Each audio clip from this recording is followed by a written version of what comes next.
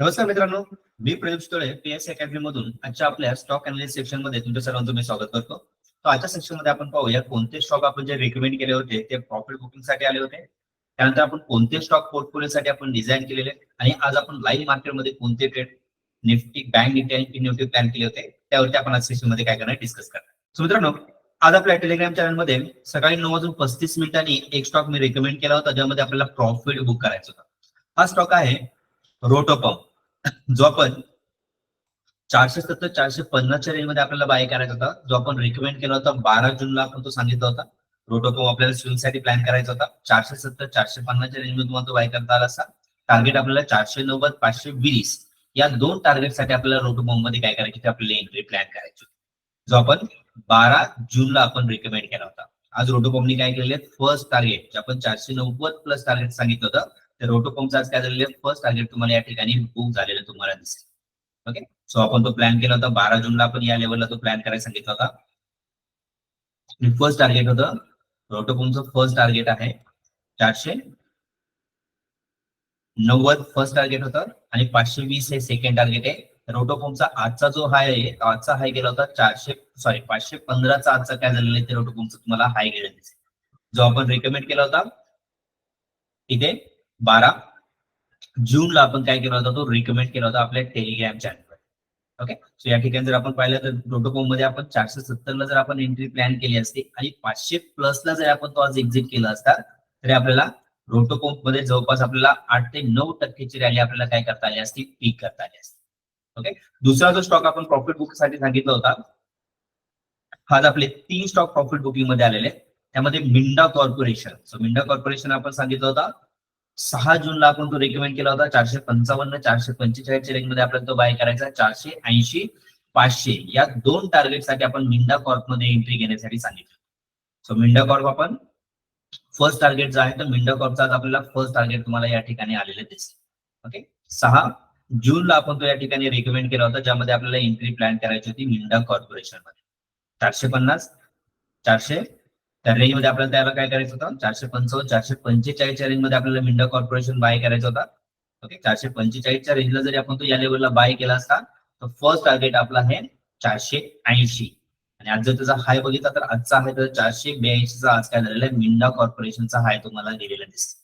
आणि या ठिकाणी आपण 480 टार्गेट साठी जर मिंडा कॉर्प आपण जर होल्ड केला असता तर आपल्याला यामध्ये 9.5% ते 10% रिटर्न आपल्याला या 8 दिवसामध्ये काय करता आले असते मिंडा कॉर्पोरेशन मध्ये आपल्याला पीक करता आले असते.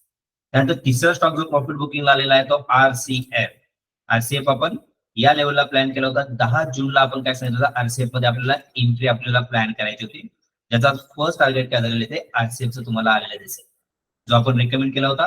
जवळपास आपण 10 जूनच्या आसपास आपण तो काय केलेला आहे रिकमेंड केलेला आहे आरसीएफ, राष्ट्रीय केमिकल. ओके, ज्यामध्ये आपल्याला एंट्री प्लॅन करायची होती. ओके, त्याचं फर्स्ट टार्गेट जे आहे आरसीएफचं तुम्हाला फर्स्ट टार्गेट या ठिकाणी तुम्हाला आलेलं दिसेल.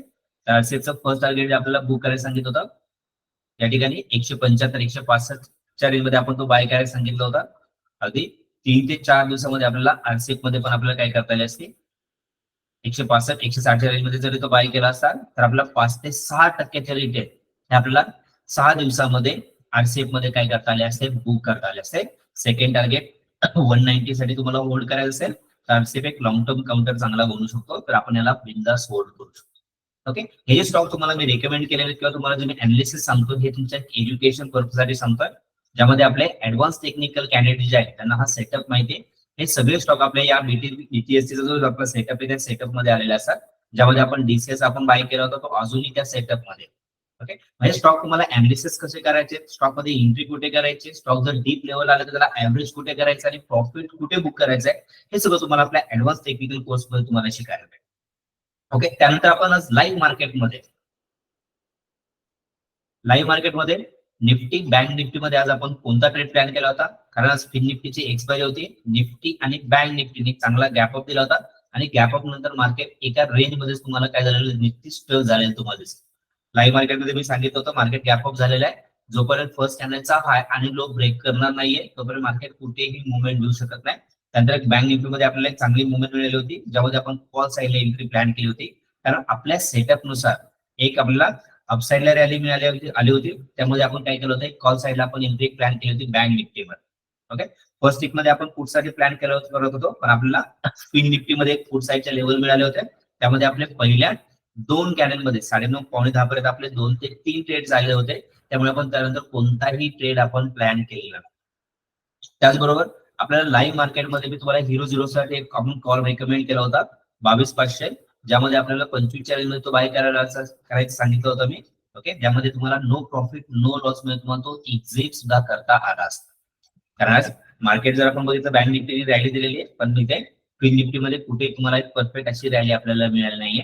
ओके, कॉल पुट जर आपण तो बाय केला असता तर 25 रुपयाचा प्रीमियम तुम्हाला 50 रुपये, म्हणजे पहिला प्रीमियम कॉलचा प्रीमियम जरी झिरो झाला तरी पुट मध्ये आपल्याला नो प्रॉफिट नो लॉस मध्ये आपल्याला एक्झिट करता आला असतं. ओके, त्याप्रमाणे आपण हे लाईव्ह मार्केटमध्ये जे ट्रेड प्लॅन करतो, आपल्या सेटअप नुसार त्यामध्ये एंट्री कुठे प्लॅन करायचे असते.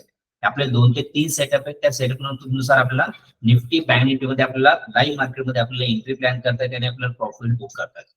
या ऑप्शन ट्रेडिंग जर तुम्हाला शिकायचं असेल, ऑप्शन ट्रेडिंग आपलं 1 वर्षाचा जो आपला मेंटरशिप प्रोग्राम आहे, त्या मेंटरशिप प्रोग्राम मध्ये ऑप्शनच्या तुमच्या कन्सेप्ट काय होतात बऱ्यापैकी तुमच्या क्लिअर होतात. हे स्टॉक मी तुम्हाला रिकमेंड केलेले हे तुम्हाला एक एज्युकेशन पर्पज साठी सांगतो.